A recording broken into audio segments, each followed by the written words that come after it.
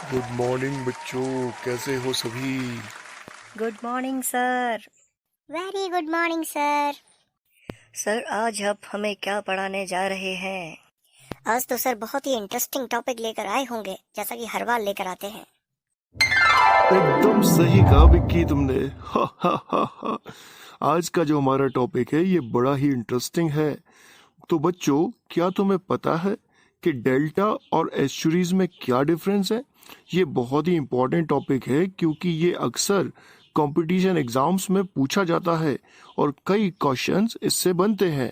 तो आज मैं तुम्हारे डाउट्स को क्लियर करते हुए बताऊंगा कि एस्चुरीज और डेल्टा में क्या अंतर होता है और ये कौन कौन सी नदियां हैं जो एस्चुरीज और डेल्टा बनाती हैं। तो बने रहिए हमारे साथ। अरे वाह, तो आज हम एस्चुरी और डेल्टा के बारे में डिफरेंस जानेंगे। ये तो बहुत इंटरेस्टिंग है। तो दोस्तों, आप भी हमारी क्लास में हमारे साथ मौजूद रहिएगा और इस वीडियो को अंत तक देखिएगा।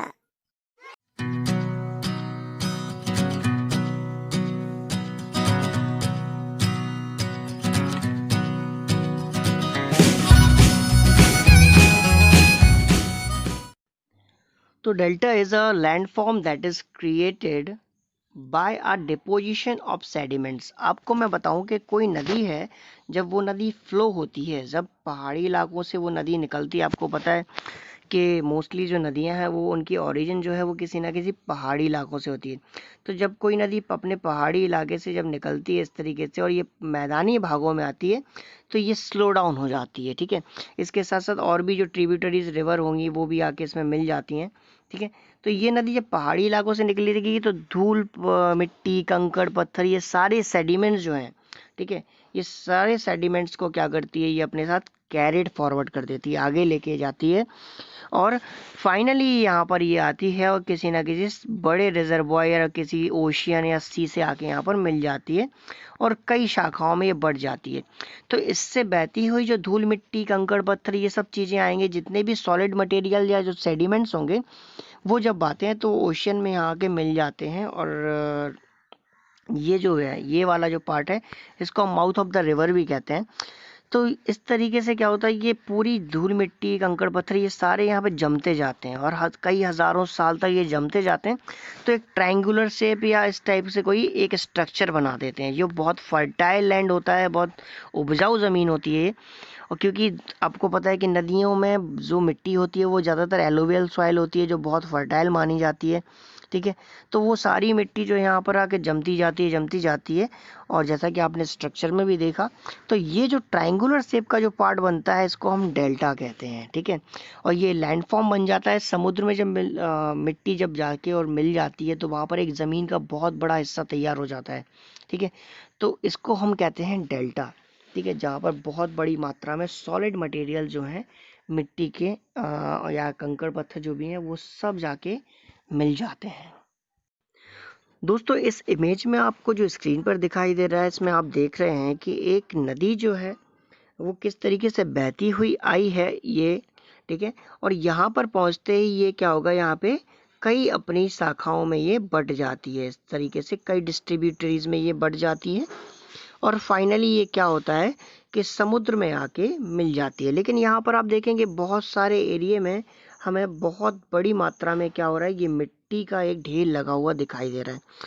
ये मिट्टी जो है ये कई हजारों साल से ये नदी जो है वो लेकर आई है अपने साथ, कंकड़ पत्थरों को बहाकर लेकर आई है और ये जब समुद्र में मिलती है तो यहाँ पर ये मिट्टी जो है ये जमती जाती है और कई हजारों साल करोड़ों साल से ये मिट्टी यहाँ पर जम जाती है और ये स्ट्रक्चर बनाती है जिसको हम डेल्टा कहते हैं। तो नदी इस तरीके से अपने सेडिमेंट्स को बहा कर लेकर आती है और ये पूरे एरिया में इस तरीके से फैला देती है, ठीक है। और जिससे डेल्टा बनता है ये इस तरीके से।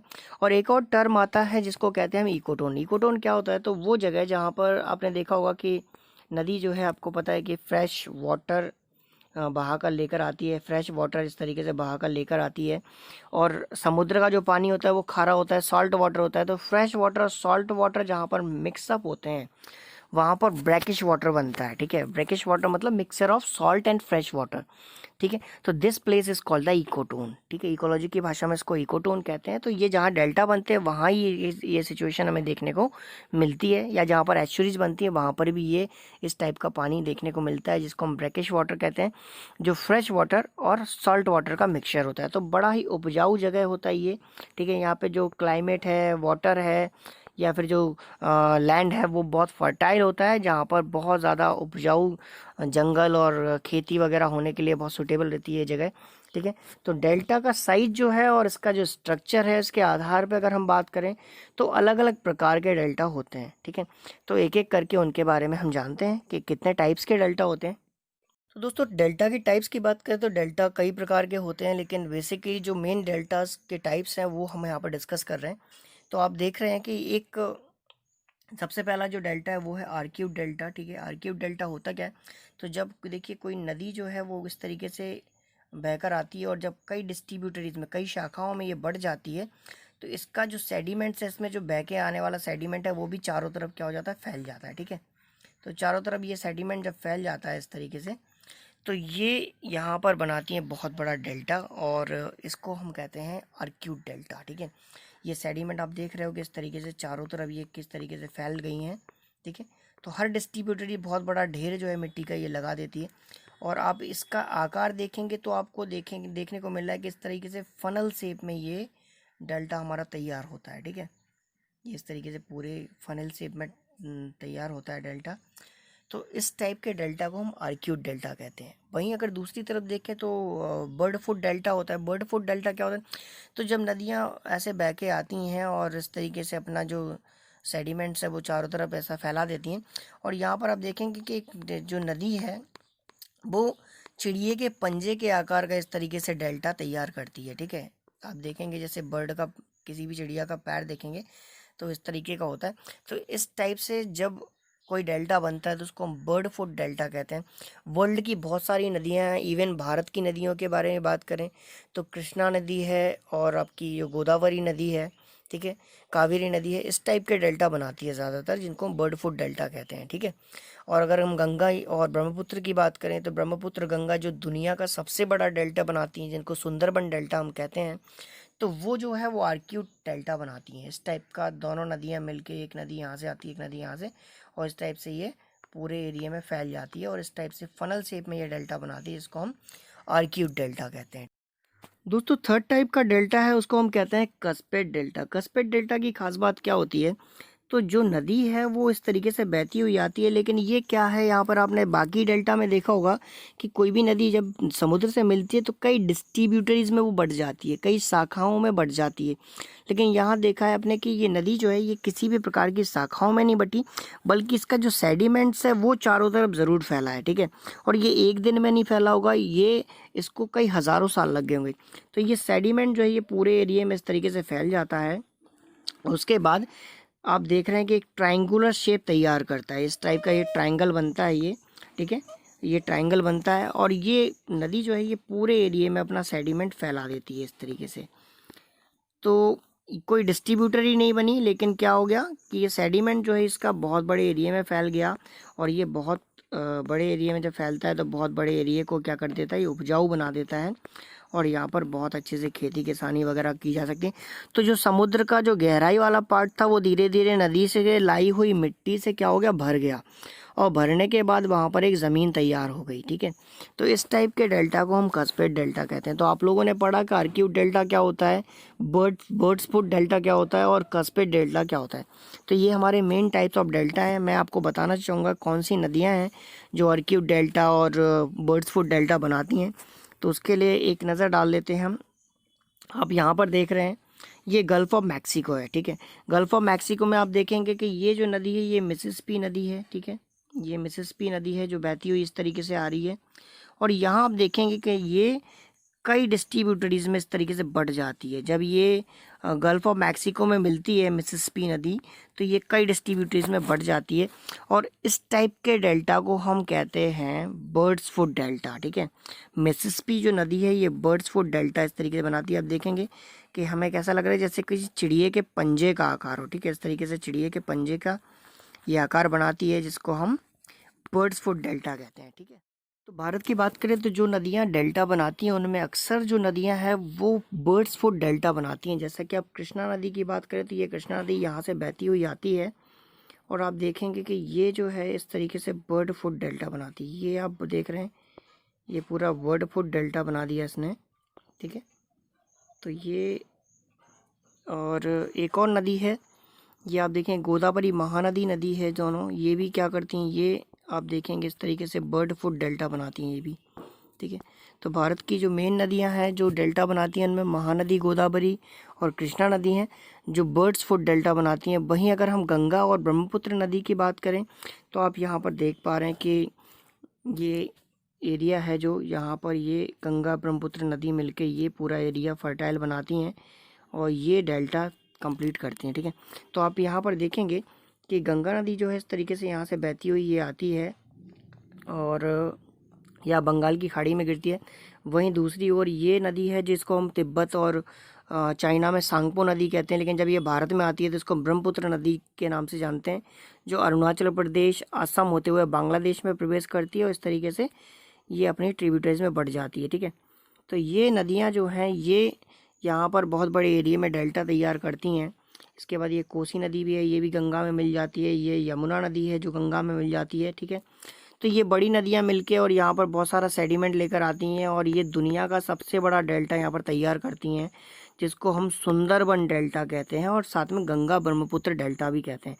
तो इस टाइप का जो डेल्टा है इसको हम आर्क्यूट डेल्टा कहते हैं। ठीक है, जो कि इस पूरे बंगाल की खाड़ी में बहुत सारा सेडिमेंट लेकर आती हैं और ये बना देती हैं। ठीक है, तो ये सुंदरबन डेल्टा है। दोस्तों यहाँ आप एक इमेज देख पा रहे हैं, यहाँ पर एक नदी है जो बहती हुई आ रही है और इस तरीके से आते आते ये आप देखेंगे कि समुद्र में आके मिल जाती है। लेकिन यहाँ पर आप देखेंगे तो समुद्र के किनारे पर ये यहाँ पर किसी भी प्रकार का आपको सेडिमेंट देखने को नहीं मिल रहा है, जिस तरीके से आप डेल्टा में देखते थे कि कोई नदी बह के आती थी और बहुत सारा सेडिमेंट यहाँ पर जमा कर देती थी। ठीक है, तो ये जो स्ट्रक्चर है ये एस्चुरी का है, जहाँ पर किसी भी प्रकार का सेडिमेंट आपको देखने को नहीं मिल रहा है, सीधा सा सिंपल सी नदी आ रही है और जाके समुद्र में मिल रही है। ठीक है, तो ऐसा क्यों होता है, तो मैं आपको बताऊं कि जो डेल्टा वाली नदियां हैं जो डेल्टा बनाती हैं वो काफ़ी लंबी दूरी तय कर कर आती हैं, पहाड़ी इलाकों से तीव्रता से गिरती हैं, उसके बाद फिर क्या होता है कि वो स्लो डाउन हो जाती हैं और जब मैदानी भागों में आती हैं या मतलब जब समुद्र में मिलती हैं तो बहुत स्लो हो जाती हैं बहना इनका, और जितना भी सेडिमेंट वो लेकर आती हैं वो समुद्र के किनारे इकट्ठा पूरा जमा कर देती हैं। लेकिन जो एस्चुरीज बनाती हैं तो वो नदियों का खास बात क्या होता है कि वो नदियाँ एक तो कम डिस्टेंस तय करती हैं और कम डिस्टेंस तय करने के साथ साथ क्या होता है कि बड़ी तेज़ी से, बड़ी तीव्रता से बहती हुई आती हैं। इसलिए जो भी फ्लो में आती हैं तो वो क्या होता है, कोई भी सेडिमेंट्री साथ में लेके नहीं आती, वे केवल अपने रास्ते को काटते हुए और सीधा बड़ी तेज़ी से बहती हुई चली आती हैं और सीधा आके समुद्र में गिर जाती हैं। ठीक है, तो इस प्रकार का स्ट्रक्चर जो है इसको हम एस्चुरी कहते हैं और आपने देखा होगा कि यहाँ पर किसी भी प्रकार का सेडिमेंट कोई नदी जमा नहीं करती।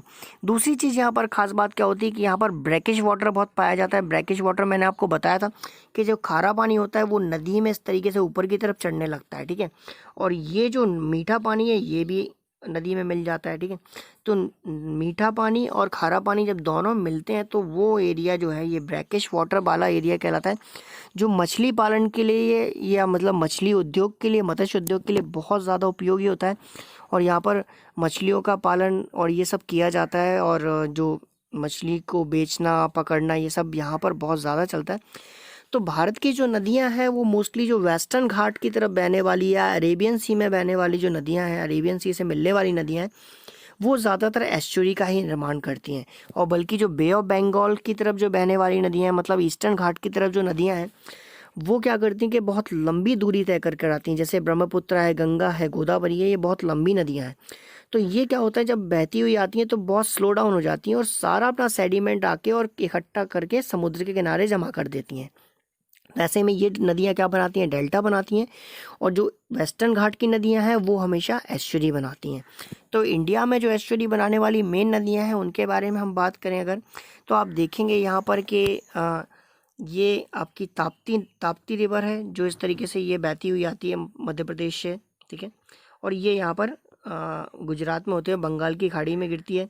और इसी प्रकार से ये नर्मदा नदी है। ठीक है, ये नर्मदा नदी है जो आपको इस तरीके से बहती हुई आती है और जाके अरेबियन सी में मिल जाती है। ठीक है, तो अरेबियन सी में यहाँ पर मिलती है। तो ये दोनों नदियाँ ऐसी हैं जो क्या बनाती हैं, एस्चुरी बनाती हैं। यहाँ पर किसी भी प्रकार के डेल्टा का निर्माण नहीं होता है। ठीक है, उसके बाद फिर हम बात करते हैं आगे। तो एस्चुरी की डेफिनेशन की बात करें तो an estuary is a partial enclose coastal bodies of brackish water with one or more rivers or streams flowing into it and with the free connection to the open sea. Estuaries form a transition zone between river environment and maritime environment known as ecotone. तो ecotone के बारे में हम पहले भी पढ़ चुके हैं कि ऐसी जगह जहाँ पर आपको पता है कि जो रिवर एनवायरनमेंट है या रिवर वाटर है वो मैरीटाइम मतलब समुद्र के पानी से ये दोनों मिल जाते हैं, वो एरिया इकोटोन कहलाता है। ठीक है, तो ये जो है यहाँ पर ब्रैकिश वाटर आपको मैंने बताया कि पाया जाता है एस्चुरी में, जो कि एक तरीके से एनक्लोज्ड कोस्टल बॉडी होती है, चारों तरफ से कवर होती है। और यहाँ पर जैसे आपने देखा डेल्टा में नदियाँ जो हैं कई डिस्ट्रीब्यूटरीज में बढ़ जाती हैं इस तरीके से, लेकिन एस्चुरी में ऐसा नहीं होता। एस्चुरी सीधा जाके और समुद्र से मिल जाती है और किसी भी प्रकार का कोई सेडिमेंट इकट्ठा नहीं करती।